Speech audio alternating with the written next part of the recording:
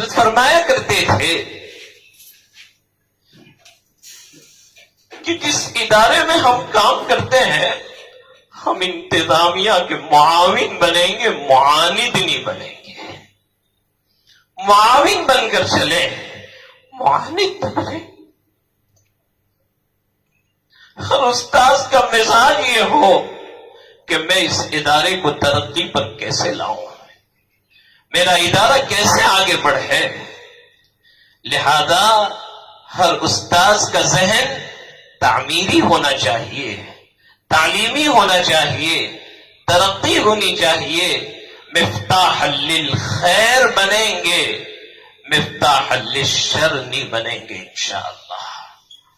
مفتاح للخیر بنیں گے ہم اور آپ مقلاۃ للشر بنیں۔ ہر استاذ کا مزاج یہ ہونا چاہیے کہ میں اپنے انتظامیہ کا انشاءاللہ معاون بنوں گا۔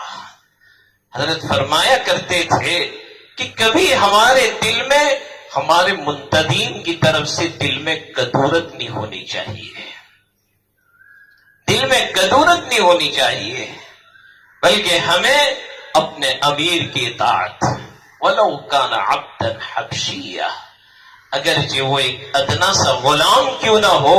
اللہ کے نبی نے اکابرین صحابہ عمر ابن خطاب رضی اللہ تعالیٰ عنہ جیسا جلیل القدر صحابی اور کم سن صحابی کو حضور نے امیر بنا دیا۔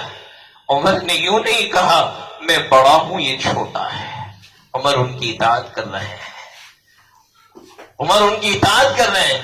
حضرت کہنے لگے یہاں نماز پڑھیں، کہا نہیں آگے پڑھیں، کہا جیسے امیر کی اطاعت۔ اسی وقت ہم ترقی کر سکیں گے جبکہ ہم اپنے امیر کی اطاعت کریں گے۔ لہذا ہم سب کی اندر کی دل کی آواز ایک ہے کہ آج سے ہمارے جامعہ کے رئیس مولانا حذیفہ صاحب ہے، ٹھیک ہے انشاءاللہ، اتحاد قلوب۔ اور دوسری چیز حضرت فرمایا کرتے تھے اتحاد عمل۔ دوسری چیز کیا ہے؟ اتحاد عمل، کہ ہم سب ایک جان بن کر کام کریں گے۔ حضرت کی سوچ بڑی عجیب تھی، ہمیشہ حضرت اپنی بات میں یوں کہا کرتے تھے میں تمہارے سلام کا بھی محتاج نہیں ہوں، میں تم سے یہ نہیں چاہتا ہوں تم مجھے آتا ہوا دیکھو تو کھڑے ہو جاؤ، نہیں نہیں، جو میرے نبی کی شان تھی وہی خصوصیت ان کے اندر بھی تھی۔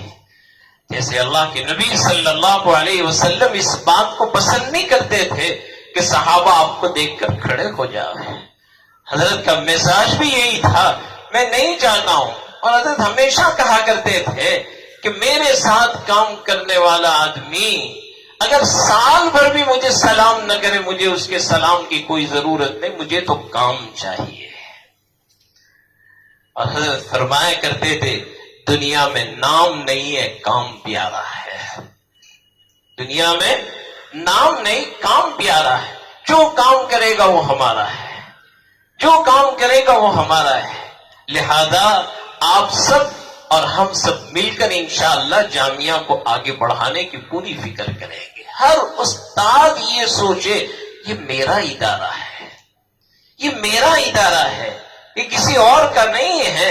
حضرت فرمایا کرتے تھے جامعہ میرا نہیں ہے، الوقف للہ ہے، یہ ہر ایک کی پراپرٹی ہے۔ لہذا ہم سب جامعہ کے بن کر رہیں گے انشاءاللہ۔ جامعہ کی ہمدردی ہمارے دلوں میں ہونی چاہیے، اتحاد عمل۔ ہم یہ نہ کہیں کہ وہ کیا کر رہا ہے، وہ کیا کر رہا ہے، نہیں نہیں نہیں، ہم یہ سوچیں کہ میری ذات سے نفع جامعہ کو کیسے پہنچے، میری ذات سے جامعہ کو کس طریقے سے ترقی ہو۔ ہم ترقی کو سوچیں، ہم اور آپ اپنے مزاج کو تعمیری بنائیں گے انشاءاللہ۔ اتحاد عمل، حضرت کی ابتدائی مجلسوں میں یہ ہمیشہ حضرت کی نصیحت ہوا کرتی تھی۔